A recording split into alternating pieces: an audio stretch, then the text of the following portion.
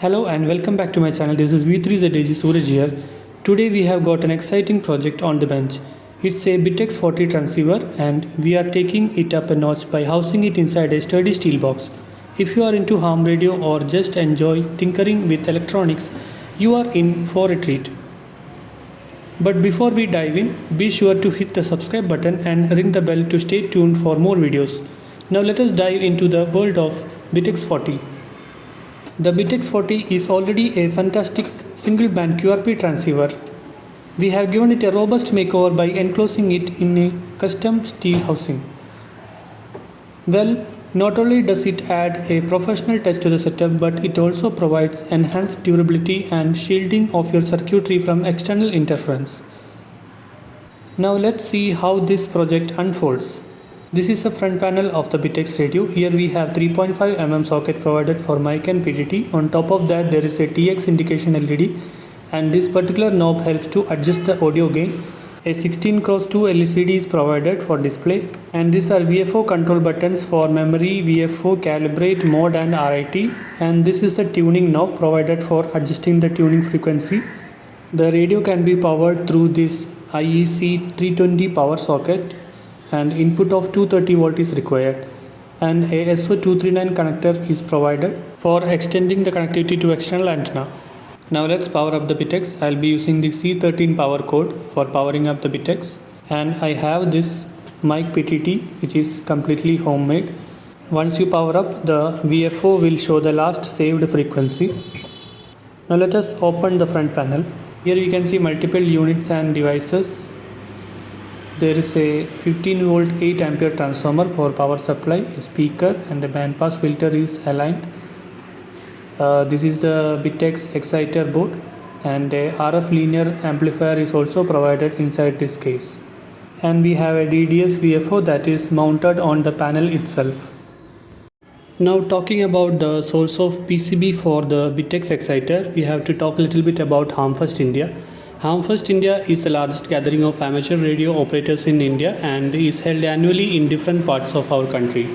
The BITX PCB was part of Hamfest India 2014 delegates kit. PCB for rest of the units like linear amplifier and DDS VFO were completely homebrewed using copper clad etching.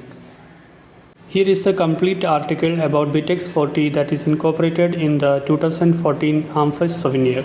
Few of the modifications and corrections were done in the circuit due to printing mistake. I have excluded the VFO part and I have used a DDS VFO instead. Here is the close angle view of DDS VFO circuit board, and this is the exciter board. I have revisited the setup and done some corrections in VFO settings and bandpass filter, which gave me significant improvements.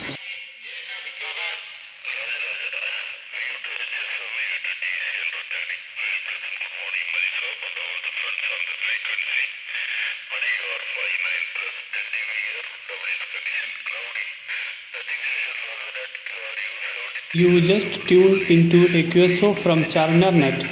This radio exhibits excellent sensitivity, effortlessly picking up signals with just a simple long wire antenna.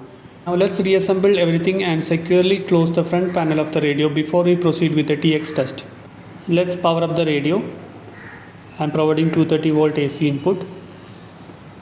As I currently lack an HF antenna setup, for transmission testing, I will be employing this classic dummy load, a 5 watt automobile lamp. This lamp will serve as an indicator for assessing the transmission section. The brightness of the lamp provides a visual estimate of the RF output power. A fully illuminated 5 watt bulb corresponds to a 5 watt output power. Now connecting the PTT mic. The TX LED gets illuminated when we press the PTT button. Hello, CQ, CQ, CQ, CQ, CQ, CQ, CQ, CQ, this is VU3 Zulu Alpha Golf calling CQ, CQ, CQ.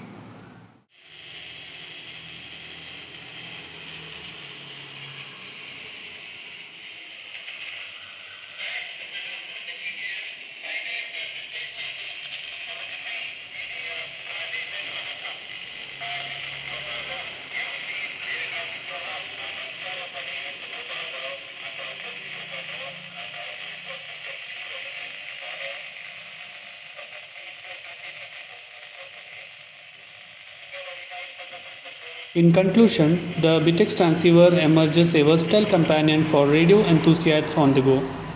Its compact design and portability makes it incredibly easy to carry along for seamless operation wherever your radio adventure takes you. Hope you guys enjoyed. Thanks for watching 73s and bye bye.